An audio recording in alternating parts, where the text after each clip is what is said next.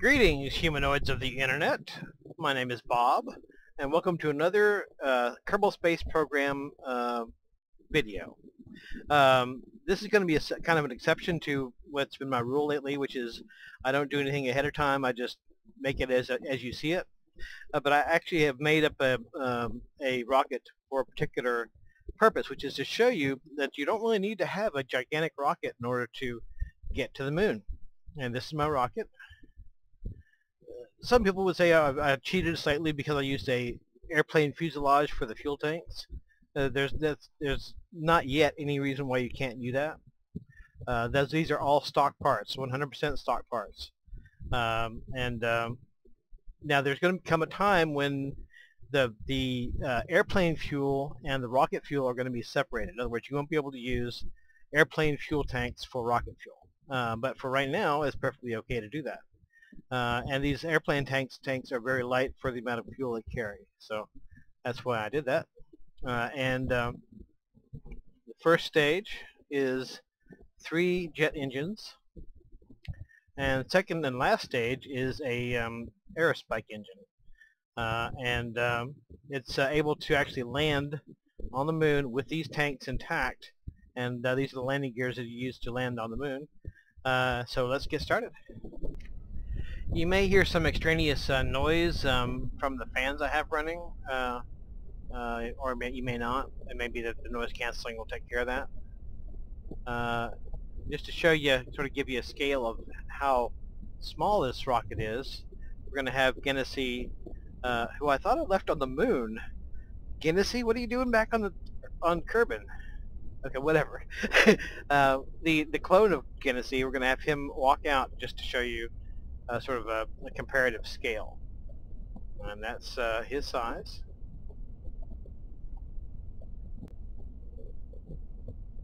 Alright, get back in your capsule. Clone of Genesee. I left that guy on the moon. What the hell is he doing here? Oh, whatever. Alright. Now, one thing you can't do with this rocket is you can't do a gravity turn until you drop these jet engines, because if you do, it'll just totally fly out of control. I'm not sure if there's a balance issue, probably because of the weight of this being a little bit high. Once the aerospike nozzle kicks in, it's no problem to do a gravity turn. So that's what we'll do. Thrust to maximum, SAS on, in 3, 2, 1.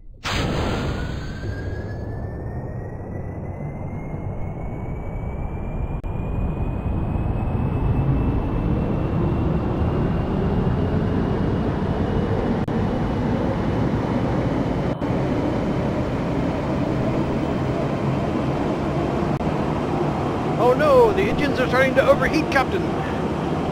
Go on, go, go. She'll shake apart, Captain. Shake her apart then. That's my favorite line from Sulu. Shake her apart then.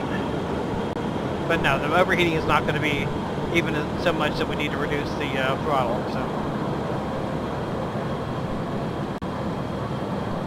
I do have to look at the acceleration here, see when it levels off, and that's when we will drop the jet engines.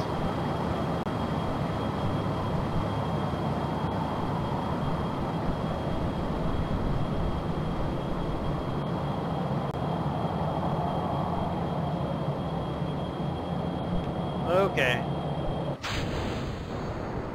Alright, now we can do a turn.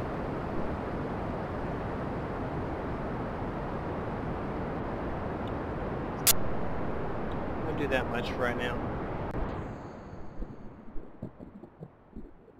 And that really kicks it up big time. We actually need to do much more for gravity turn. But it's almost getting to 70. Alright, much more of gravity turn.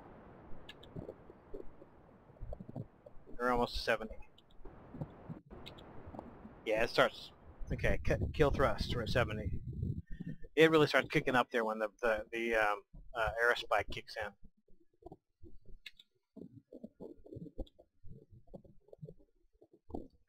Okay, we're going to wait till we're at near the apogee and give it full thrust.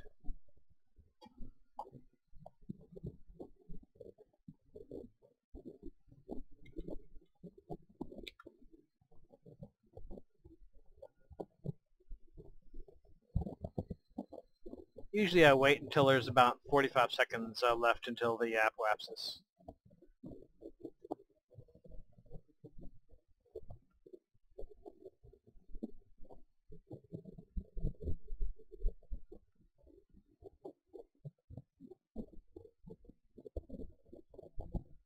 Fire up.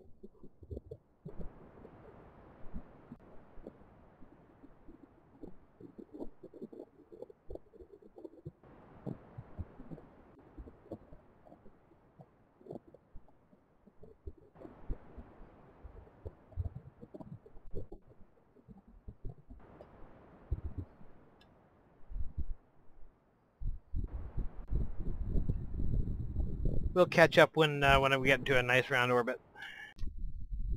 Okay, now we're in a 73 kilometer by 74 kilometer orbit, and we're about to do our first revolution of Kerbin, and we're about to get ready to do our burn for the moon.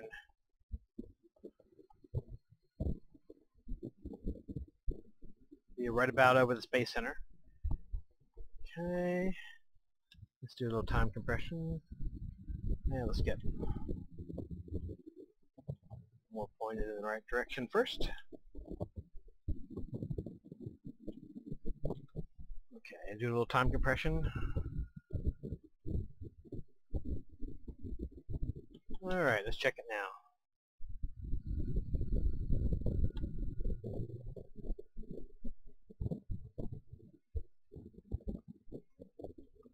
Yep, right about over the Space Center is when we're going to start our burn.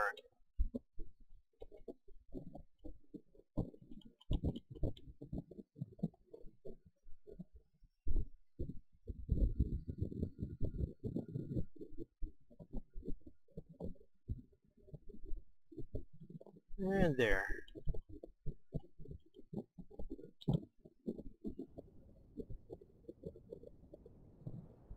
Now it's not very good at staying on course. So I sometimes have to stop and adjust the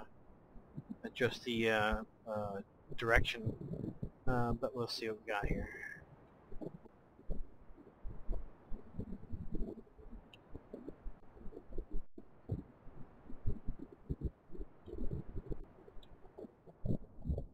Okay, let's get back on course.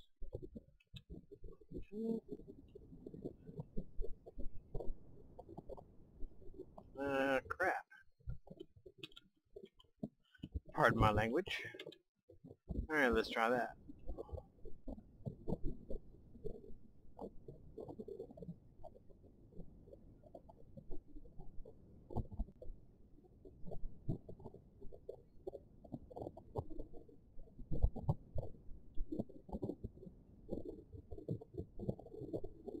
And there we are. I'm going to bring the periapsis down just a little bit.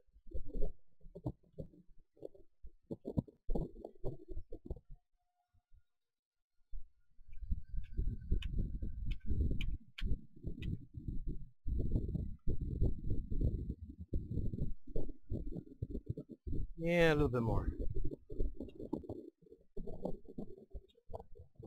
That's good enough. Okay, time for some time compression. And if you look here, we've still got about half of all these external tanks left. And they each have about 333 units in them. So that's quite a respectable amount of fuel for such a small spacecraft. Okay, let's time compress.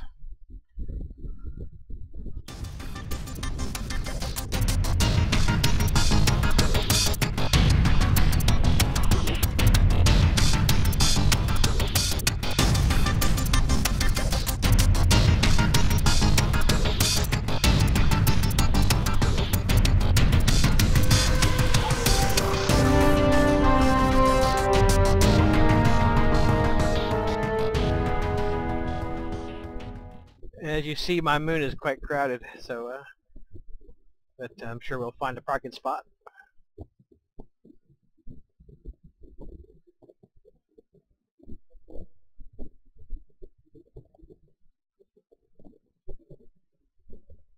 See, that's where Guinness is supposed to be.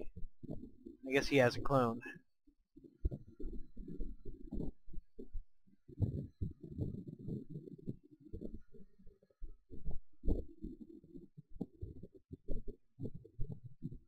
Okay. Get ready to do our burn to stay in the orbit of the moon.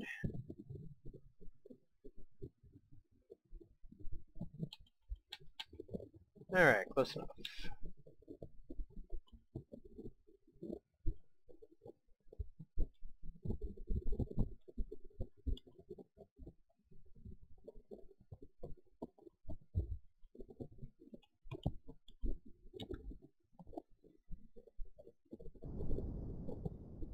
Okay, it's going to take a little while. I'll catch up with you when I'm in the desired lunar orbits. Okay, I'm in about a 11 kilometer orbit. I'm going to make the very smallest of orbital adjustments here to get me right over that crater there for landing. That's enough. Okay.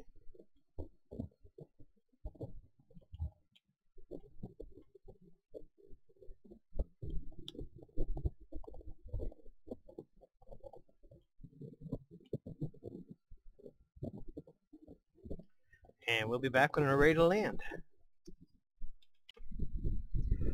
We're passing over one of the lunar arches. I figured I'd show you that in case you haven't found one of them yet. I got a couple guys down there. That's why I knew it was I was approaching it.